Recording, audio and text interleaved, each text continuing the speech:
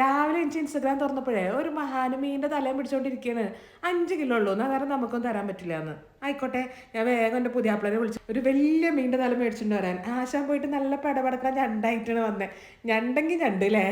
അപ്പോൾ നമുക്ക് ഉണ്ടാക്കിയാലോ. അതിന് വേണ്ടി അതിന് ഒരു പാനിലോട്ട് നമുക്ക് വെളിച്ചെണ്ണ ഒഴിച്ചങ്ങ് ചൂടാക്കി കൊടുക്കാം. എന്നിട്ട് ഇതിൻ്റെ അകത്തേക്ക് ഞാനൊരു 5 സവാള ആയിട്ട് എടുത്തിരിക്കണേ, നന്നായിട്ട് അങ്ങോട്ട് വഴറ്റി കൊടുത്ത്. ഇനി ഇതിൻ്റെ അകത്തേക്ക് ചതച്ച് വെച്ചിരിക്കണേ ഒരു 4 ടേബിൾ സ്പൂൺ ഇഞ്ചി വെളുത്തുള്ളി പച്ചമുളക് ചേർത്തിട്ട് നല്ലോണം അങ്ങോട്ട് മിക്സ് ചെയ്ത് കൊടുത്ത് അതിൻ്റെ പുറകെ തന്നെ 2 വലിയ തക്കാളി ചെറുതാക്കി അരിഞ്ഞ് ചേർത്ത് കൊടുക്കണ്ടിട്ടാ. പിന്നെ അതിൻ്റെ പുറകെ പൊടികളായിട്ട് മല്ലിപ്പൊടി, മുളക് പൊടി, മഞ്ഞൾപ്പൊടി ചേർത്ത് കൊടുത്ത് നല്ലോണം മിക്സ് ചെയ്ത് ആ തക്കാളിയൊക്കെ നല്ലോണം അങ്ങോട്ട് വെന്തടുത്ത് വരുന്നതിൻ്റെ ഒപ്പം തന്നെ നമ്മുടെ ആ ഒരു പൊടികളുടെ പച്ചമണം മാറിയിട്ടുണ്ടാവും. ഇനി ഇതിനകത്തേക്ക് ഉണ്ടല്ലോ നമ്മുടെ ആ ഒരു ഞണ്ടിൻ്റെ ആ ഒരു വയർ പീസ് എന്നാണ് തോന്നുന്നത് പറയുന്നത്, അത് ചേർത്ത് കൊടുക്കുക. ഈ ഞണ്ടിലുണ്ടല്ലോ നിറയെ പൊന്നുണ്ടായിരുന്നു കേട്ടോ. അങ്ങനത്തെ ഞണ്ടാകുമ്പോൾ കുറച്ചും കൂടെ ടേസ്റ്റ് കൂടുതലായിരിക്കും. എന്നിട്ട് ഈ ഒരു വയറിൻ്റെ കഷ്ണം നമ്മുടെ മസാലയും കൂടെ ആദ്യം കൂടെ മിക്സ് ചെയ്ത് കൊടുക്കുക. അതിന് ശേഷം വേണം കേട്ടോ അതിൻ്റെ ആ ഒരു കൈയും കാലും ഒക്കെ ചേർത്ത് കൊടുക്കാനായിട്ട്. പിന്നെ നല്ലോണം തന്നെ മിക്സ് ചെയ്ത് കൊടുക്കുക. ഒരു 1/2 കപ്പ് വെള്ളം കൂടെ ചേർത്ത് കൊടുത്തിട്ടുണ്ട്. ഉപ്പിട്ടില്ല എന്നല്ലേ, ഇതാ ഈ സമയത്തിന് ആവശ്യമുള്ള ഉപ്പോടെ ചേർത്ത് കൊടുത്തിട്ടുണ്ട്. ഇനി ഇതങ്ങോട്ട് അടച്ച് വെച്ചിട്ടേ നമ്മൾ ഞണ്ടൊക്കെ നല്ലോണം അങ്ങോട്ട് വേവിക്കുക. ഇടയ്ക്കും തലക്ക് ഇതിൻ്റെ ആ ഒരു മൂടിയൊക്കെ ഒന്ന് മാറ്റിയിട്ട് ഒന്ന് അങ്ങോട്ട് ഇളക്കി കൊടുക്കണം കേട്ടോ, അല്ലെങ്കിൽ ചിലപ്പോൾ അടി പിടിച്ച് പോയാലോ.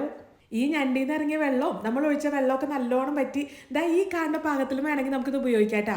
ഇനി കുറച്ച് ഗ്രേവിയിൽ കുറച്ച് ചാറിലൊക്കെ വേണമെങ്കിൽ നല്ല കട്ടിയിലുള്ള തേങ്ങാപ്പാലം ഒഴിച്ച് കൊടുക്കുക. എന്നിട്ട് പിന്നെ കുറച്ച് കറിവേപ്പില, ഗരം മസാലപ്പൊടി, കുരുമുളകിൻ്റെ പൊടിയോടെ ചേർത്തിട്ട് നല്ലോണം മിക്സ് ചെയ്ത് ഒന്നങ്ങോട്ട് തിളച്ച് വരുന്ന സമയത്ത് ഓഫ് ചെയ്തോളൂ കേട്ടോ.